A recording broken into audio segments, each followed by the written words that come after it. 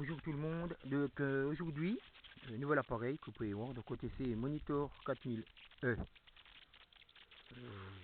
Donc nouvelle vidéo du coup, remplaçant de l'OTC Monitor 2000 que vous pouvez voir à côté, celui-ci donc qui est à vendre. Donc c'est la même marque évidemment, fabrique aux USA aussi. Donc là, on va surtout voir un peu la différence au niveau des fonctions, etc. Du 4000.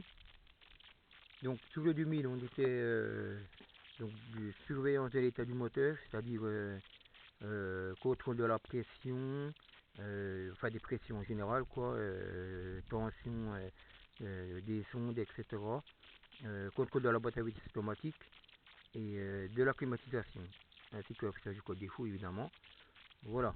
Alors celui-ci par contre pour le 2000 fait uniquement au BD1. Donc au niveau des cassettes on va jusqu'à 93. Donc le 4000 là, même principe, la cassette, voilà, différentes cassettes, hein. Donc là j'ai jusqu'à 98, après il y en a des autres. Au niveau du format, voilà, la différence entre les deux. Donc ceci est énorme en fait, le 4000, juste pour pas à côté de ma main, quoi. J'ai une dimension standard. Voilà. Donc à la base c'est le même fonctionnement, c'est-à-dire que là vous avez la surveillance des données, ça c'est la base quoi, voilà. Ensuite, niveau des prises, donc pour le E, le 4000E, la prise c'est une prise qui s'est enlevée, voilà, qu'on peut enlever, votre mot 2000, où la prise est fixée dedans. Voilà. Ensuite, là, beaucoup d'évolutions. Pas que le visuel, bien évidemment. Au niveau des fonctions, ça a vraiment pris un à voir avec le 2000 en fait, hein. Là, je vais brancher l'appareil pour voir un peu déjà la base. Donc première chose déjà, celui-ci c'est full compatible au BD2. Voilà, donc moi j'ai acheté là, il y a la prise de volt évidemment, et la prise laser que j'ai enlevé, que il va falloir que je mette dessus, qui se trouve, elle est où, c'est la grisouille qui se trouve là, voilà. Donc on a de la prise là, c'est souvent les années en fait, hein, c'est pareil, hein. Les couleurs sont pas les mêmes, c'est comme j'aime du coup en fait, hein. Ça des vitesses de données donc qui sont plus rapides. Voilà, je vais brancher la prise dessus. Hop, je vais essayer de mettre pratique. Voilà, ça fait ça de gagner. Donc ensuite la prise au BD2 qui est fixe sur l'appareil. Voilà. Alors par contre, particularité, c'est comme vous pouvez le voir, les broches là en fait. Et vous allez donc voir pourquoi en fait. Il y a des broches sur la prise. Niveau des cassettes, donc les dernières, elles sont là, c'est 98. Donc il n'y a plus de modèle de cassette de ce format après 98. Après on a passé à ce format là. Donc un peu moins pratique du coup parce que bon là on voit au BD du générique. Donc là on se doute de ce que c'est évidemment, mais par contre là je sais plus c'est laquelle. Voilà, OTT System Smart Insert 9ème KH. Voilà. Et OTC System, donc là c'est le moteur 1.0. Bon, je pense qu'il y a eu 2.0 peut-être pour le modèle plus récent. Voilà. Alors bon, par rapport à ça, du coup là, c'est un peu, c'est pas l'année ni rien, ouais, c'est beaucoup moins pratique. Donc, moi j'ai acheté ce qu'il est là, donc avec la molette, les prises, les connecteurs, là, les bouquins, donc j'ai pas en 93, bon, c'est pas indispensable de toute façon. Après, si vous avez le système, hein, ça. Donc, c'est tous les codes défauts de tous les véhicules qui existent au BD, toutes marques confondues et au BD2, donc générique là. Voilà. Là, avec donc les cassettes, on a normalement, là c'est le mode d'utilisation. Hop, voilà. Okay. Voilà. Et là par contre, c'est les véhicules qui sont compatibles. Voilà, application référence. Hein. Voilà. Passenger, ça c'est 97. Voilà, donc ça doit commencer de 89 à 97, donc le cassette que j'ai là. Et l'autre c'est 96 à 98. Voilà. Hop. Alors, fonction principale. À la base, affichage des fonctions. véhicule, des données du véhicule. Bon, déjà là, je vais vous montrer après quand tu seras branché pour que vous voyez. On a plusieurs choix de configuration d'écran. Voilà, bon, l'écran il est noir et blanc parce que c'est un écran CD, hein, comme vous pouvez le voir, donc il n'y a pas. Voilà. Donc l'appareil est sorti par contre en 90. Celui-ci, donc par rapport au 2000 qui est à côté, beaucoup plus difficile à trouver. Parce qu'en fait celui-ci était utilisé même par les concessionnaires en fait. Parce que GM n'avait pas développé de logiciel donc, de diagnostic à cette époque, jusqu'à 90. Et celui-là était disponible à 90. Mais là, on a GM Tech qui est sorti, donc le logiciel officiel GM. Donc celui-là est beaucoup plus difficile à trouver, beaucoup plus rare, quoi. Voilà. Donc là on a au niveau des fonctions, affichage des données en temps réel. On a aussi test des composants, donc tout ce qui est Electro One, hein, voilà. Là on a par contre sur celui-là vous avez sur le 2000 boîte à vitesse, moteur et climatisation au niveau de l'essai. Voilà. Et là on a par contre on a en plus l'ABS. Donc je sais pas si c'est bien que c'est sur la partie de 89, donc sur celle-là qui va de 89 à 97. Il me semble que j'avais vu, c'était à la fin dans le menu en fait du coup. Donc là on a le choix de la langue par contre, qui peut être en français aussi. Bon, il y a 5 langues je crois. Voilà. Et là on a par contre un programme que vous pouvez refaire cassette, en fait c'est marqué Pathfinder. Bon je suis pas très bon en anglais, j'ai marqué l'anglais donc c'est normal. Voilà, contrairement à celle-là où c'est marqué, bon, soit domestique, soit comme celle-là, juste en fait 89, 3 ans d'infisère, voilà, donc l'année jusqu'à laquelle ça va. Donc Pathfinder en fait c'est une fonction qui permet, c'est une aide pour trouver les défauts, c'est-à-dire que vous allez sur ce programme avec le code défaut et ça va vous marquer les causes probables. Voilà, c'est un gain de temps et en même temps pour les gens qui ne sont pas vraiment professionnels ou experts, voilà, c'est une aide en plus. Donc on va le brancher sur la voiture pour voir un peu, au niveau de l'écran, etc. ce que ça donne. Voilà. Donc la cassette est déjà configurée pour le véhicule. On va corvette. Non, vas-y toi. Alors, par contre, alors à savoir, hop, je vais vous montrer. Ah ben j'ai enlevé le cache. J'ai enlevé par la deuxième fois. Bon, alors là, hop, je vais brancher l'appareil sur la putain de silence. Bon, déjà ça s'allume. Voilà. Bon, je vais pas vous faire laisser des composants, tout ça, parce que bon, j'ai pas trop l'habitude, du coup, il n'y a pas très longtemps que j'ai eu, et puis voilà. Hop, c'est pas le bon câble.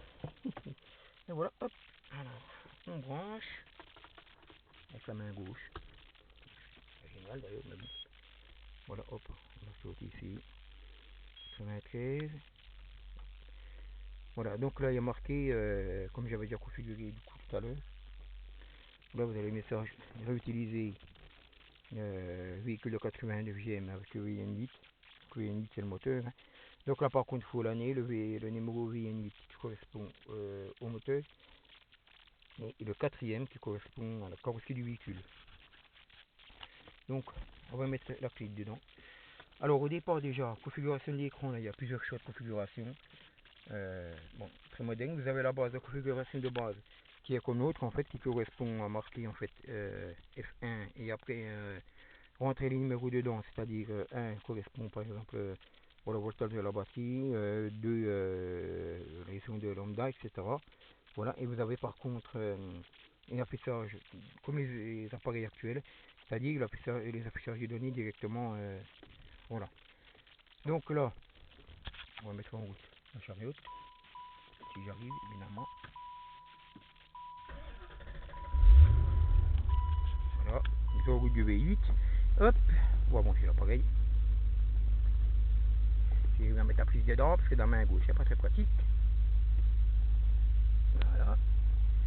Donc là on va mettre yes du coup. Hop. Hop. Presser 1 pour continuer du coup. Voilà, l'adaptateur est déjà branché. Donc voilà, data stream, donc c'est les données en temps réel.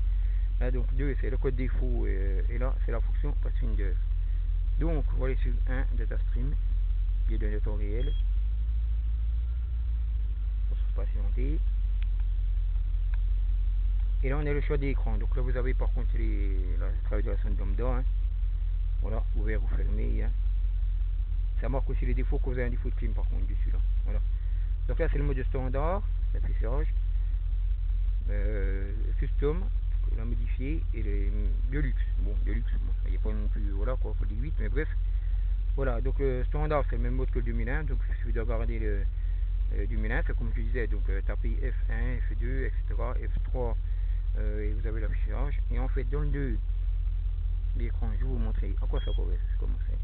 Voilà, donc là, une petite araignée, là vous avez Fuel, rotation par minute, le régime, voilà, GPS, ça peut être liquidé refroidissement. Bon, là par contre, voilà, donc l'écran comme il est. Donc là, si vous allez la rotation par minute, on clique sur entrée, voilà. On peut monter et descendre, si je me rappelle bien. Voilà. Donc, ensuite, la configuration de luxe. Bon, on va revenir en arrière. Voilà. 3. Voilà, donc vous avez là, c'est l'affichage en fait sur 4 lignes. Là, on monte ou descend. Hein. Voilà, c'est la clim, etc. Voilà. Base d'air. Wattage de la batterie. On peut montrer. Là, vous avez donc toutes les données qui s'affichent l'un au-dessus de l'autre, du coup. Hop, il faut qu'il y ait un peu fort. J'ai, bon, ben là, évidemment, il n'y en a pas, puisque simplement avec est au ralenti. Voilà. Là, c'est rotation par minute au niveau de lead. Une injection. Voilà. Donc, à savoir que, en fait, l'appareil permet, par exemple, de laisser des 8, ben, j'ai des 4, autant pour moi, des 8 injecteurs. Hein. Voilà. Donc, après, ça fait toutes les marques, les cassettes, là. C'est pour les 3 marques. Mais il faut même pour le modèle japonais. C'est une cassette 5 marques. Voilà, ce n'est pas que GM par contre, à savoir là. Donc voilà, là c'est vous avez la pression d'air, hein, au niveau du MOF. Donc voilà. Donc appareil bien pratique, franchement qui rend bien service on va dire, qui se trouve uniquement du coup aux États-Unis, on m'a déjà acheté là-bas et puis des ventes en France on va dire. Voilà. On va débrancher l'engin. Voilà. Hop. On va couper l'engin parce que ça coûte un peu cher. Hop. Hop, on débranche. Voilà. Alors, je vais quand même vous parler rapidement, par contre, du système OBD2. Voilà.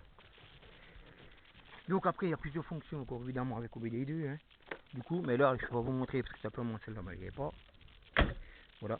Donc, à savoir, niveau tarif, donc, c'est nos limites, en fait. Hein, c'est comme le 2000, en fait, comme c'est d'occasion. On monte tous les prix, c'est-à-dire que ça, voilà, j'ai déjà vu, même avant, même le 2000 comme ça, à plus de 50 $.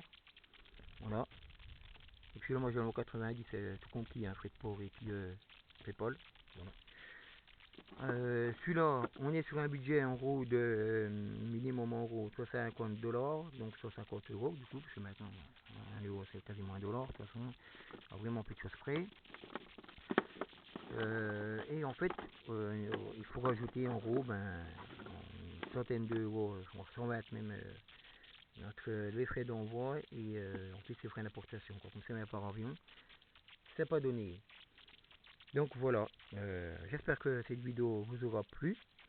Le but principalement c'est de faire connaître donc, ces appareils de cette marque qui franchement je trouve sont vraiment je ne vais pas dire indispensable mais bon qui permettent quand même de faire des économies même si c'est un investissement au départ. C'est simplement qu'il y a un problème sur la voiture, au lieu de changer les bougies, les faisceaux d'allumage, etc., allumeurs, machin, on doit investir dans un appareil comme ça qui, quand vous aurez quelque chose en fait, va vous permettre de changer uniquement une pièce, ou de changer la moitié de ce qu'il y a dans le moteur, quoi, avant de trouver ce qu'il y a. Voilà, donc si vous avez des questions, vous pouvez mettre par exemple dans les commentaires, je me ferai un plaisir de répondre. Je compte par la suite donc faire des vidéos par contre, des sorties que je fais avec ma voiture. Donc du coup ce sera pas que de l'américaine parce que bon en principe voilà je vais un peu bon principalement dans les restaurants américaines mais voilà donc si vous auriez Voilà, n'hésitez surtout pas à faire partager cette vidéo. Ou passer sur une voiture américaine, quoi que ce soit, pas évidemment que j'aime, hein, parce que bon, même si l'essai a été fait sur ma voiture, ma Corvette, donc il y a absolument, donc c'est absolument sur tous les autres véhicules. Voilà, donc je vous remercie et à la prochaine, au revoir.